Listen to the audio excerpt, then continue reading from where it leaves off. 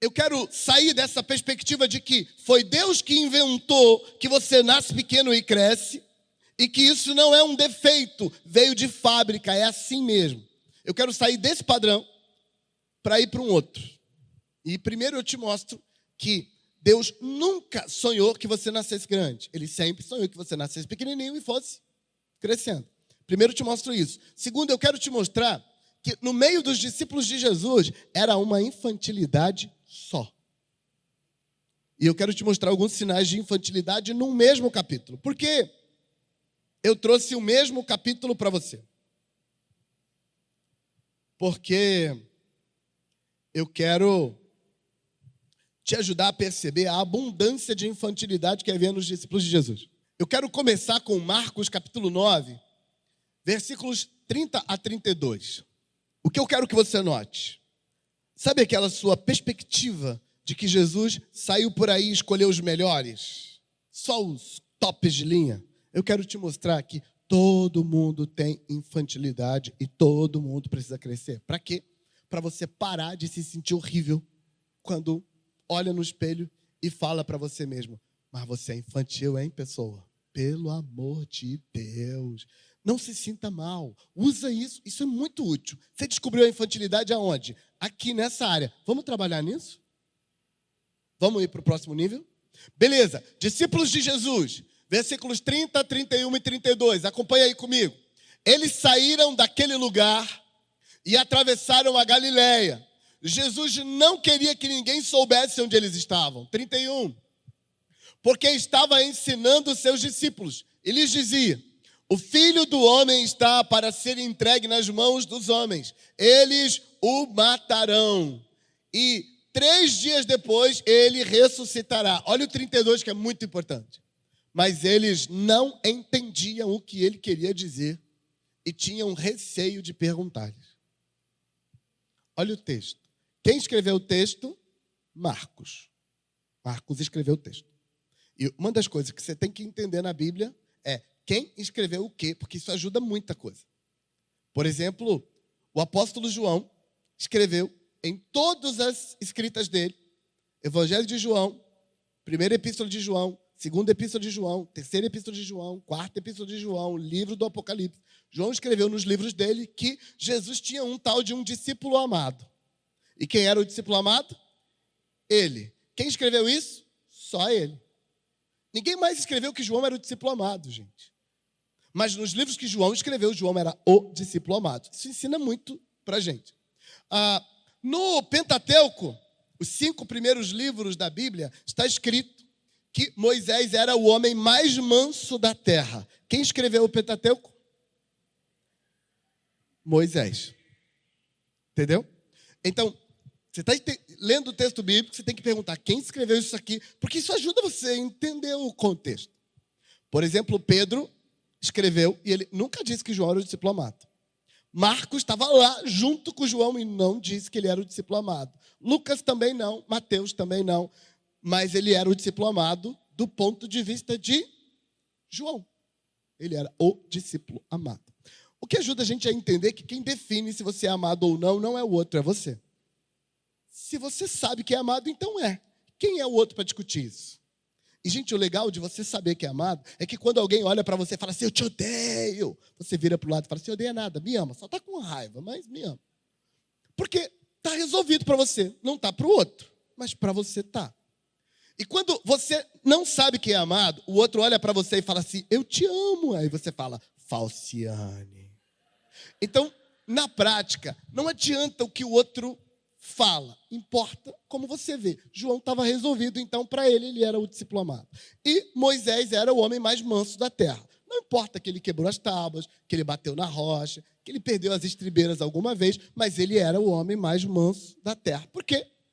Ele acreditava assim: crenças primeiro, depois comportamento. A gente crê primeiro, depois muda o comportamento.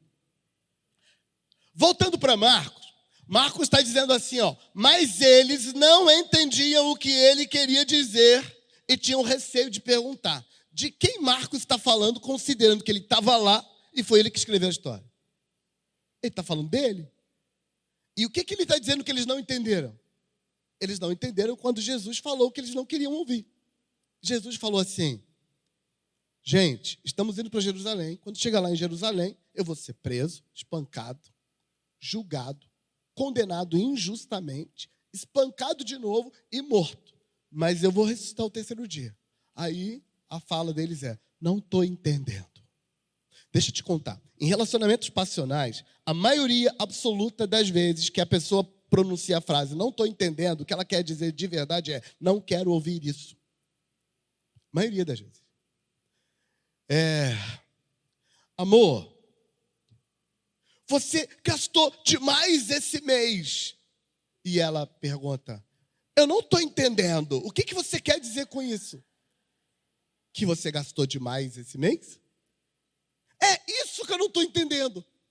E qual parte que você não está entendendo? Que você gastou demais esse mês. Não, porque eu não comprei nada para mim.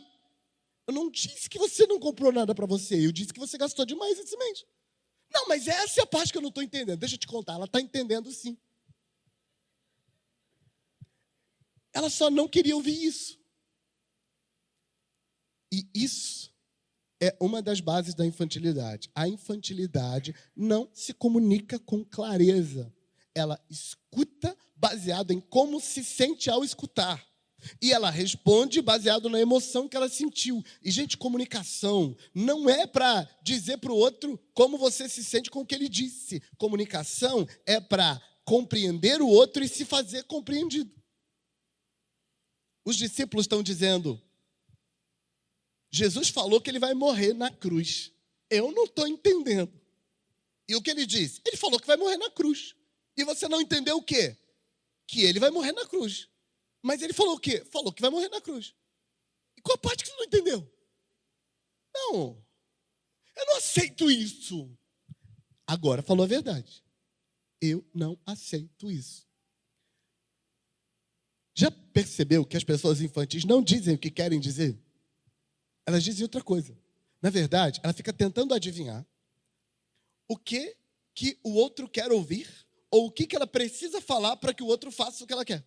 Ou para que o outro mude.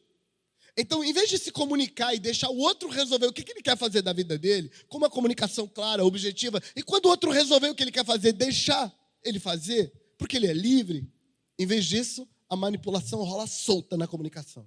E aí a pessoa tenta uma abordagem da raiva. Eu quero te dizer isso. E aí a pessoa diz: se falar com raiva comigo, não vai conseguir nada. Então eu vou falar mais baixo. Você vai fazer o que eu vou falar? Porque ela não quer dizer nada, ela quer que o outro faça o caminho que ela queria. E comunicação não é isso.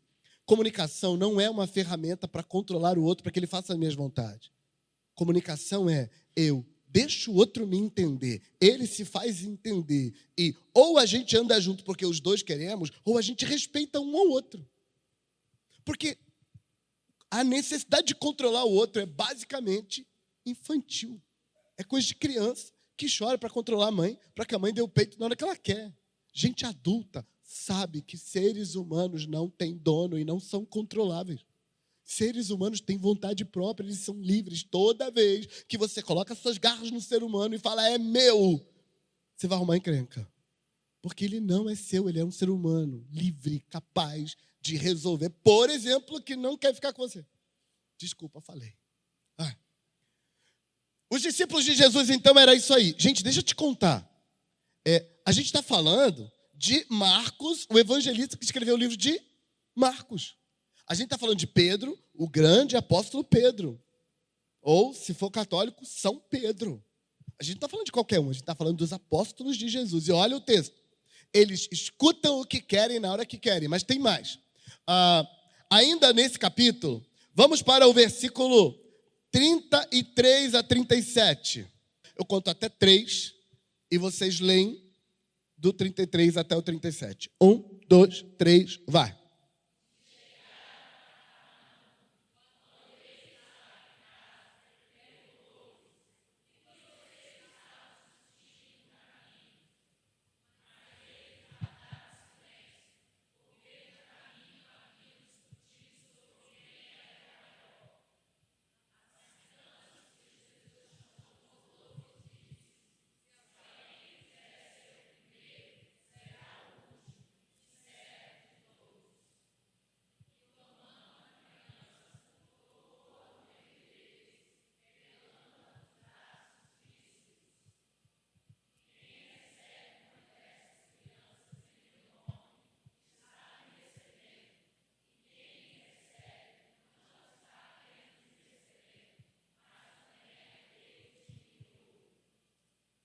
Qual é a infantilidade aí?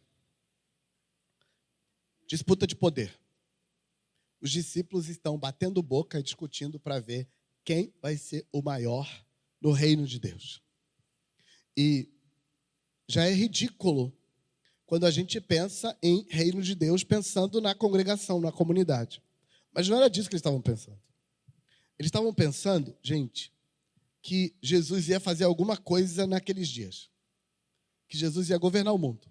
Que Jesus ia reunir um exército, ia tomar Jerusalém, que nesse momento estava no governo de Roma, através dos saduceus. Ia depor o governador romano, comprar uma briga, purificar Israel de norte a sul, reunir um outro exército um pouco maior, invadir os vizinhos e ia tomar Roma. Mais hoje, mais amanhã. Era nisso que eles estavam pensando. E o sentimento deles era de que cada vez mais parecia que ia dar certo. Porque quando Jesus começou, ele começou com pouquinha gente. Daqui a pouco, coisa de menos de um ano, Jesus estava reunindo 20 mil pessoas.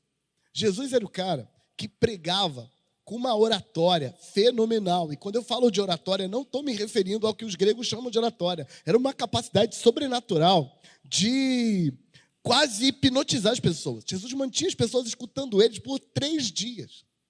Sabe, no final de 2 horas de plenária, eu começo a ler no rostinho de vocês que vocês estão dizendo assim, com a expressão facial: solta a gente que a gente quer ir embora. Está escrito na expressão facial de vocês: vou perder meu ônibus. Jesus segurava as pessoas 3 dias sem comer. Só não era sem beber água, porque os sermões de Jesus ficavam ao redor do Mar da Galileia, que é um mar de água doce. O Mar da Galileia era tipo a nossa Lagoa de Paraná aqui. Pouquinho maior, não muito maior. Tinha muita água doce, então ninguém passava sede. Mas ficaram 3 dias sem comer, só escutando Jesus. Pensa numa pessoa com uma oratória dessa. Sabe o que os discípulos pensam de um cara que segura todo mundo escutando ele por 3 dias? Pode eleger ele para presidente que ele dá conta. Mas mais, Jesus pega 5 pães e 2 peixinhos e alimenta essas 20 mil pessoas. Inclusive, João, capítulo 6, diz que quando eles viram que comeram pão a partir de 5 pães e 2 peixes, fizeram uma reuniãozinha lá e falaram: vamos elegê-lo rei de Israel. E Jesus, partiu, porque ele não queria isso. Os discípulos pensavam assim: Jesus é tão grande, tão bom, que ele vai acontecer. Sabe o que eles pensavam? Quando ele acontecer, quando ele se tornar o rei, eu vou estar junto. Por quê? Porque eu também quero a minha beirada de poder. E aí, Pedro aparece e fala: gente, então, quando Jesus chegar na hora do vamos ver mesmo, eu vou ser o primeiro-ministro. Pelo amor de Deus, diante de tudo que eu faço. Aí Tiago e João apelaram e chamaram a mãe. Sim, senhores. Chamaram a mãe e falaram: mãe, Pedro está na frente. Se nada for mexido, Pedro vai ser o primeiro-ministro. Mãe, faz uma coisa, vai lá e conversa com Jesus e fala com ele. Aí a mãe, gente, mãe é sagrado. Não metam com mãe, você vai apanhar muito. Mãe é mãe e pronto. A mãe vai lá, chama Jesus e fala: ô mestre, e pior, ela levou os 2 meninos. Ela não foi sozinha. A mãe na frente, Tiago e João atrás, seguindo de perto, a 1 passo de distância. E aí a mãe chega e fala: ô mestre, comeste a minha galinha com angu de milho. É justo que eu te faça um pedido. E Jesus, lá The Chosen, diz: sim, mãezinha, pode pedir. E ela fala: só quero uma coisa nessa vida, nada mais, não me negue. Eu quero que o meu filho, Tiago, fique à sua direita e o meu filho João fique à sua esquerda. Quando você for governar, um vai ser o primeiro-ministro e outro vai ser o ministro da guerra. Fechado? Eu fico imaginando Jesus lutando para não rir numa hora dessa, porque eu ia rir. Eu ia rir muito. E Jesus olha para os 2, tipo assim, cara de pau, alugaram a mãe. E Jesus olha para os 2 e fala assim: vocês vão dar conta do preço a pagar para isso que vocês estão pedindo? Vocês não sabem o que estão pedindo. E os 2: não, mestre, a gente sabe o que estamos pedindo. Nós queremos governar ao seu lado. Mas não é pelo poder, não. É porque nós queremos estar ao seu lado. Deixa eu te contar uma coisa que é a infantilidade. A infantilidade luta pelo poder, dizendo que não está lutando pelo poder. E claro que eu não estou falando de ninguém que você conhece.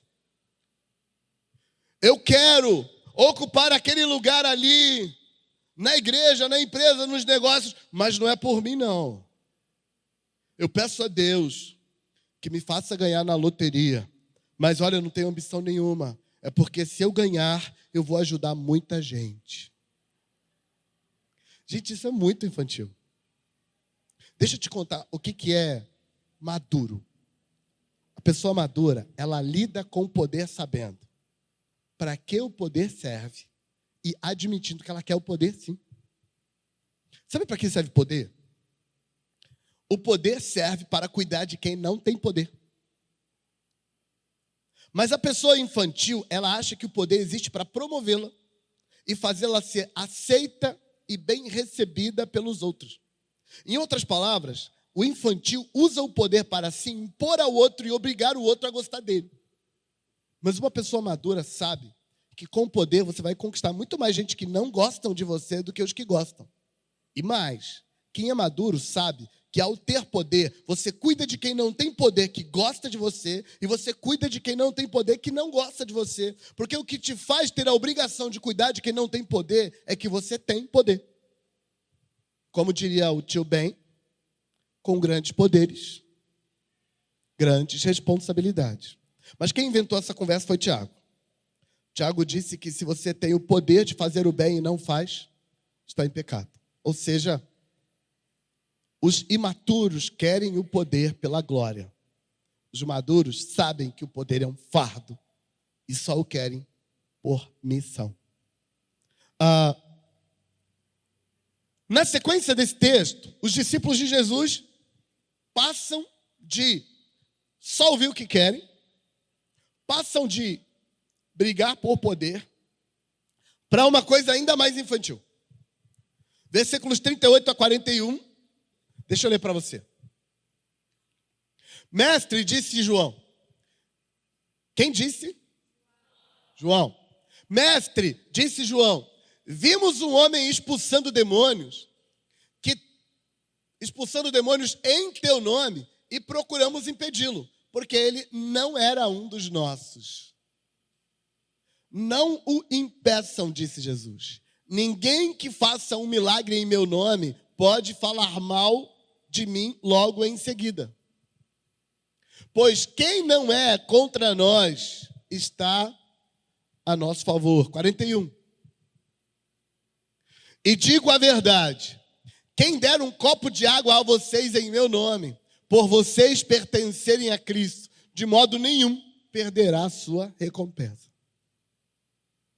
Qual é a infantilidade de João agora? Ele se sente ameaçado por qualquer um que avança nos arredores dele, com medo de alguém crescer tanto que tome o lugar dele. João, gente, não estamos falando de qualquer um, estamos falando do apóstolo João, que escreveu o Evangelho de João, que escreveu a primeira, a segunda e a terceira epístola de João, que escreveu o Apocalipse. Ele aparece para Jesus e fala assim, mestre, ontem de tarde, vindo para cá, para a nossa reunião da tarde, passei numa casa ali, tinha uma mulher endemoniada, e aí um homem chegou assim, com autoridade, e falou assim, você conhece Jesus o Nazareno? E o demônio disse, conheço, e daí? E aí ele falou, é em nome dele que eu te ordeno, sai dessa pessoa. O demônio saiu. João olhou para aquilo, botou a mãozinha na cintura e falou assim, muito bem, expulsando demônios em nome de Jesus. E ele falou assim, desculpa, meu senhor, o que foi? Qual o problema? Você tem carteirinha? Faz parte do grupo dos 12? Não, senhor. Você faz parte do grupo dos 70? Não, senhor. Você faz parte de qual grupo? De grupo nenhum, senhor. E como você ousa expulsar o demônio em nome de Jesus? João só não mandou o demônio voltar, porque ele achou que isso seria muito incoerente. Mas a vontade dele era falar assim, o demônio volta e entra nessa pessoa de novo. E vamos chamar alguém que tem carteirinha para te expulsar. Faça-me o favor de nunca mais obedecer. Não é ridículo? Ridículo não, gente, isso é infantil. E essa infantilidade, ou essas infantilidades, nós não estamos vendo em gente perdida por aí afora. Estamos vendo essas infantilidades nos 12 discípulos do Cordeiro. E eu vou terminar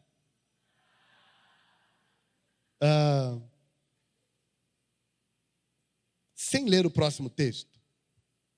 Mas você pode ler a sequência. Estamos no capítulo 9.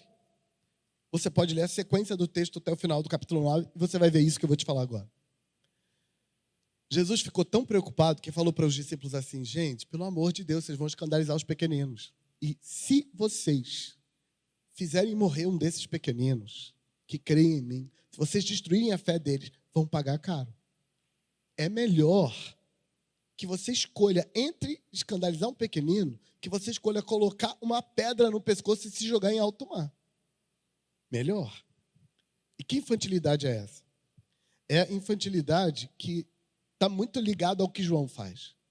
Ele está tão cheio de emoções adoecidas, emoções que comparam, emoções que sentem inveja, emoções que sentem frustração, emoções que têm medo do outro alcançar o lugar dele. Ele está tão cheio dessas coisas que ele proíbe uma pessoa de expulsar demônios em nome de Jesus. Você não tem autorização. Mas, gente, o demônio saiu e tem uma pessoa liberta. Não, mas não pode mais.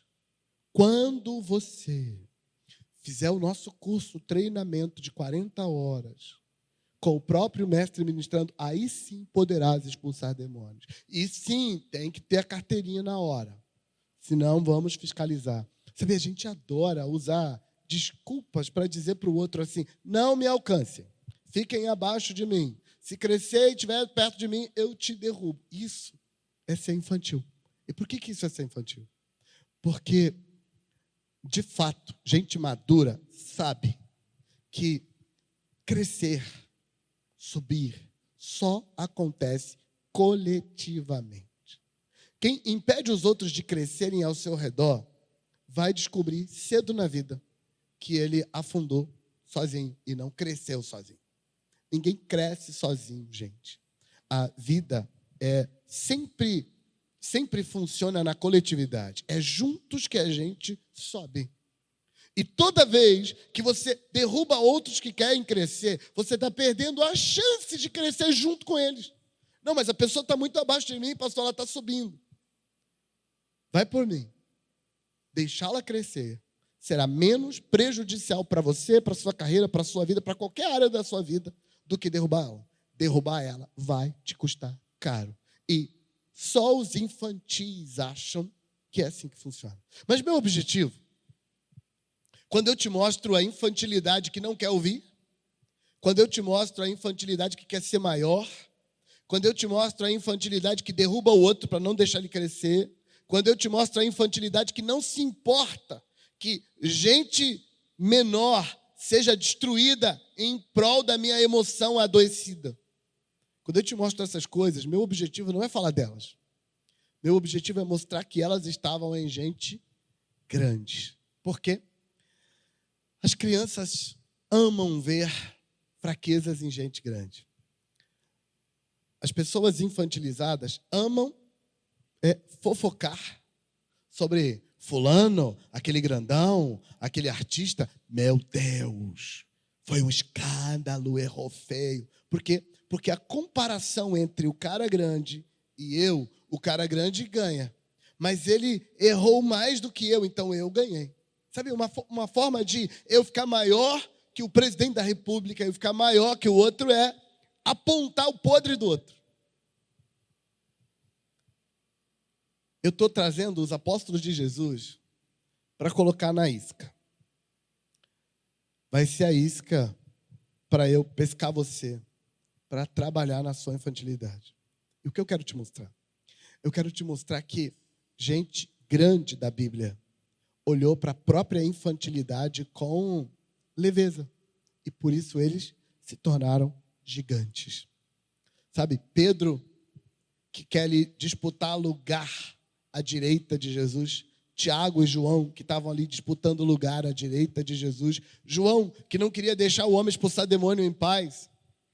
Esses homens são os gigantes da nossa fé. Eles não ficaram ali na infantilidade. Eles cresceram e se tornaram gente enorme. Sabe, João é o cara que no Apocalipse tem uma visão onde Deus fala assim: ei, sobe até aqui. Sabe, Deus tira ele da terra e o leva ao céu e mostra coisas que até hoje a gente está quebrando a cabeça para entender no Apocalipse. Mas ele era o cara que estava proibindo os outros de expulsar demônios. Por que eu estou te contando isso? Para você parar de se cobrar e começar a trabalhar nisso.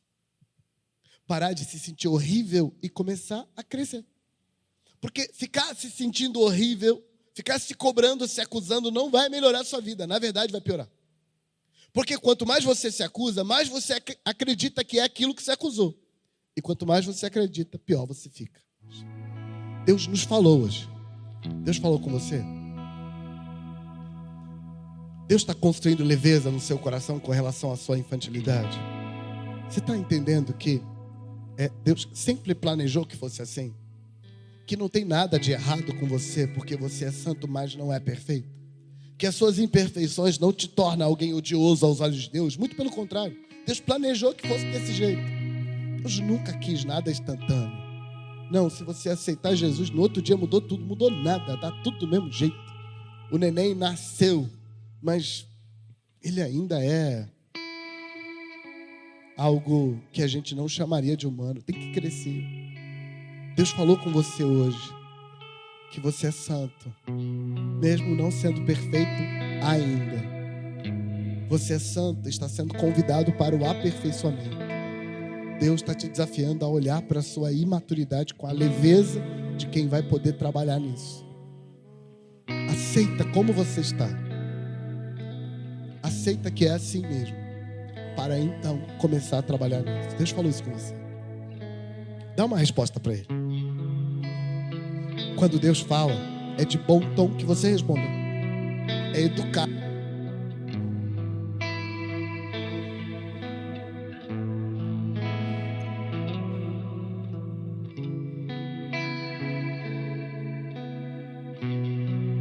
Uma oração onde você dá uma resposta para Deus. Ele te falou: filho, para de gastar energia escondendo sua infantilidade e vamos começar a gastar energia tratando a sua infantilidade. Deus falou isso com você. Qual é a sua resposta? Dá uma resposta para Ele.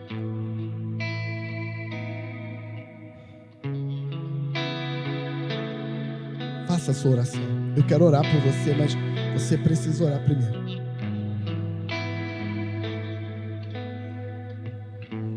Ora primeiro. Deus de Abraão, o Senhor se revelou a nós hoje como o Deus que faz crescer. O Senhor se revelou a nós hoje como o Deus que investe no nosso crescimento. O Senhor se revelou a nós hoje como Deus que conta com o nosso crescimento. O Senhor se revelou a nós hoje como Deus que dá o presente da vida, nos dá as ferramentas para crescer, mas nos permite decidir se vamos crescer ou não. O Senhor se revelou hoje como Deus que nos respeita. E, Senhor, a gente olha para trás e percebe o quanto a gente podia ter decidido crescer antes. E a gente adiou essa decisão. Hoje eu clamo ao Senhor para que o Senhor não deixe teus filhos desanimarem porque eles adiaram. Mas, em vez disso, que o Senhor os desperte, que o Senhor os acorde. Que o Senhor libere sobre eles uma unção de vida, de força, de graça, de coragem, de ousadia, para levantar a cabeça e tomar postura. Em nome de Jesus. Assim como Caleb, um homem que tomou postura e falou aos 80 anos que ele ainda ia crescer, que ele ainda ia conquistar, que ele ainda ia avançar. Eu clamo ao Senhor para que cada um de nós tome postura de se tornar uma versão melhor de si mesmo, de não aceitar que tá assim, então vamos deixar assim. Já que chegou até aqui desse jeito, não vamos mudar nada, não vamos crescer nada, porque eu estou acostumado com a coisa desse jeito. Senhor, acorda a gente, implanta na gente o desejo para ir para o próximo nível, em nome de Jesus. Implanta na gente o desejo de crescer mais, de avançar mais, em nome de Jesus, em nome de Jesus.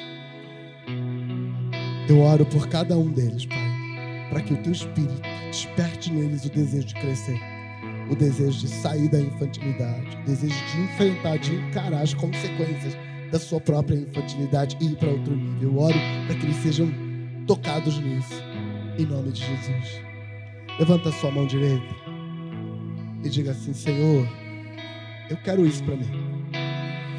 Eu quero me tornar uma versão melhor de mim mesmo. Em nome de Jesus. Amém.